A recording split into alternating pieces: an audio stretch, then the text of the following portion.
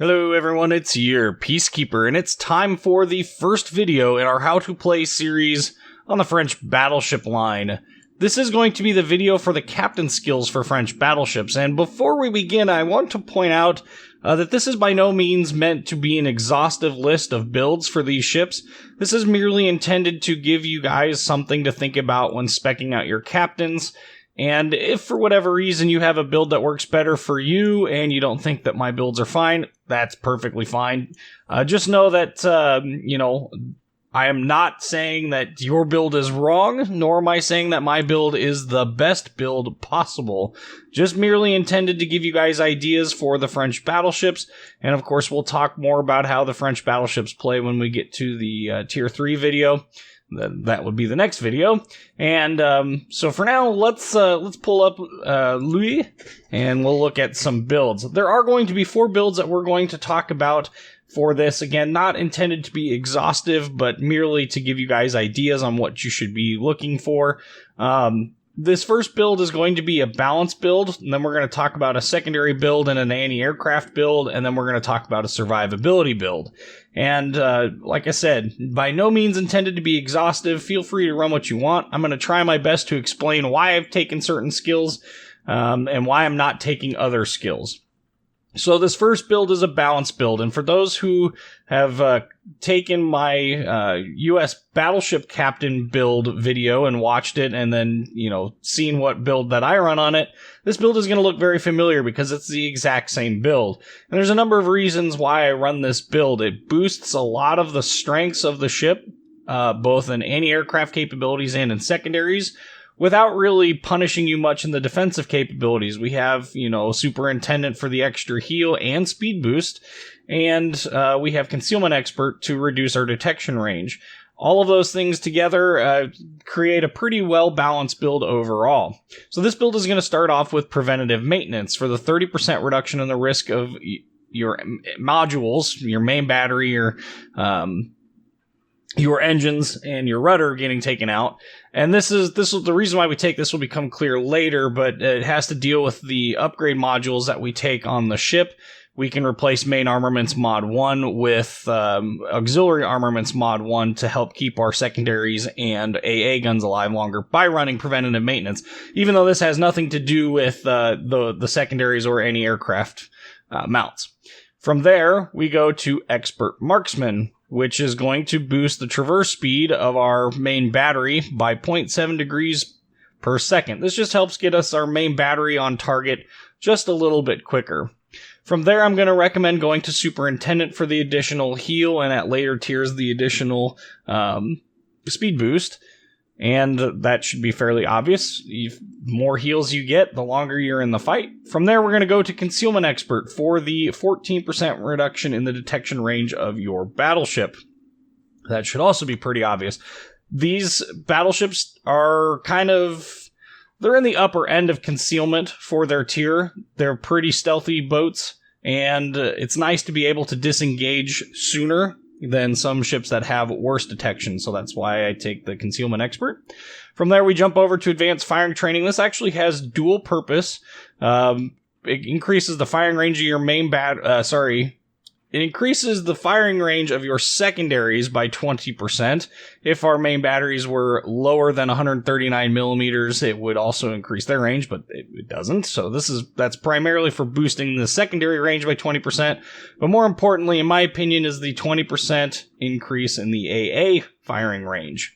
And so this just boosts out your AA guns and your secondaries, and that is an extremely useful skill on these ships because they have pretty potent secondaries and AA.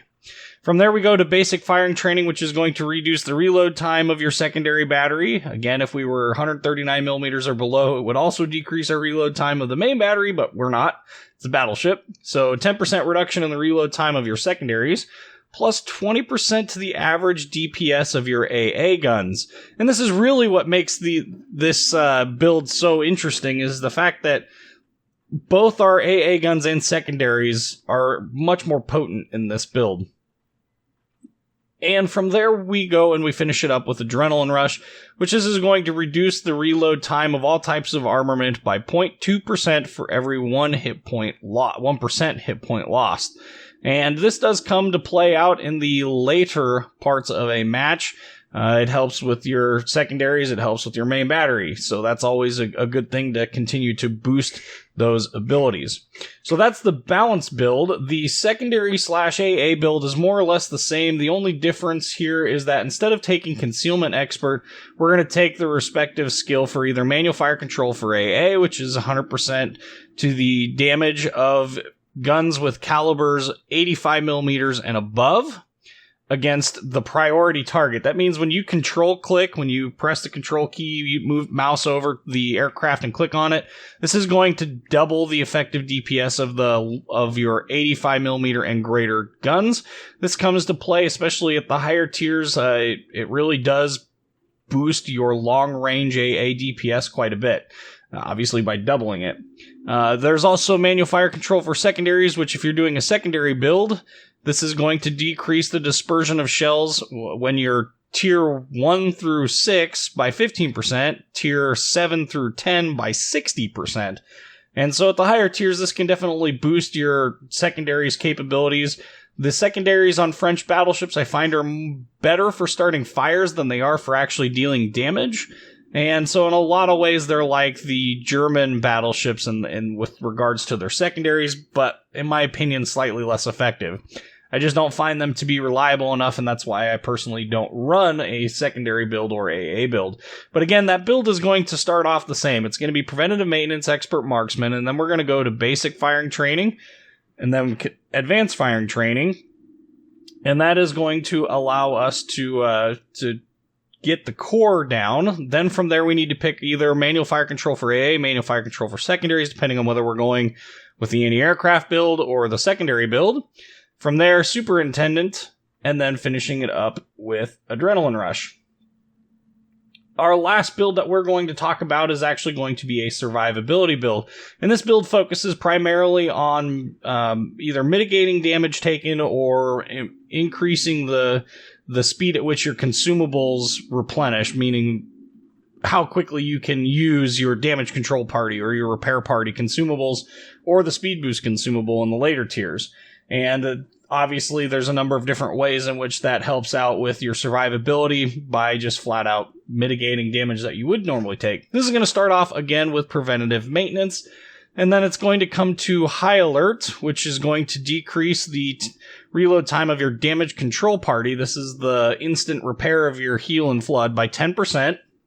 From there, it's going to go to Superintendent for the extra heal and speed boost, both of which are extremely effective for mitigating damage. The speed boost allows you to speed up and slow down significantly faster. It also boosts your top speed so you can disengage much quicker. And obviously the heal to get your hit points back. Then we're going to go to Concealment Expert, and this goes back to my hybrid build or my balance build in which I talked about, the survivability of a ship depends primarily upon its ability to disengage from an engagement, and the smaller your detection range, the quicker you can disengage. From there, we can go to Fire Prevention. This is going to decrease the chance of fire by 10%. The actual number there is a little bit muddy in the fact that it's not quite 10% overall. It just kind of depends upon the tier. It's not a flat 10% reduction on their fire chance. The math is confusing. Just know it reduces the chance of being started on fire. But more importantly, what makes Fire Prevention such a useful skill is the fact that it reduces the maximum number of fire sources on a ship from 4 to 3. So it takes the 2 in the superstructure and it combines them into 1, which means that if you're sitting bow on, which a large number of these battleships are good at doing, the chances of you getting more than 2 fires is very slim. Whereas before it was fairly easy to get 3 fires started on you if you were bow camping just by virtue of shells landing just a little bit further past your superstructure. And this is actually quite a significantly powerful captain skill. From Fire Prevention, we go to Basics of Survivability. This is going to decrease the repair time, fire extinguishing time, and flooding recovery time by 15%. So the time at which you're on fire, the time at which you're flooding, and the time it takes to repair incapacitated modules decrease that by 15%. From there, we're going to go to Jack of all trades, which is a 5% reduction in the reload time of all mounted consumables. This is your damage control party, this is your repair party, and this is your speed boost at the higher tiers. 5% reduction in the reload time of those. It also impacts the ships that have float planes. There's not a whole lot of those in the French battleship line, but the ones that are there, it reduces the reload time of that as well. So those are kind of some ideas for builds. One thing that we didn't mention is I'm going to talk about these skills. These are skills that I personally think are a little less useful as you get more and more experience, but you can throw them in as replacements as you guys see fit. Priority target is one of those skills. This is going to tell you the number of ships that are actually actively aiming at you. They have you selected. This skill can give you some fairly useful information. However, I personally find that if I'm detected, WASD is always required. So you guys see that in the live stream all the time. Basically, if I'm detected, I'm changing speed or I'm changing my my heading just to throw off torpedoes, to throw off enemy fire.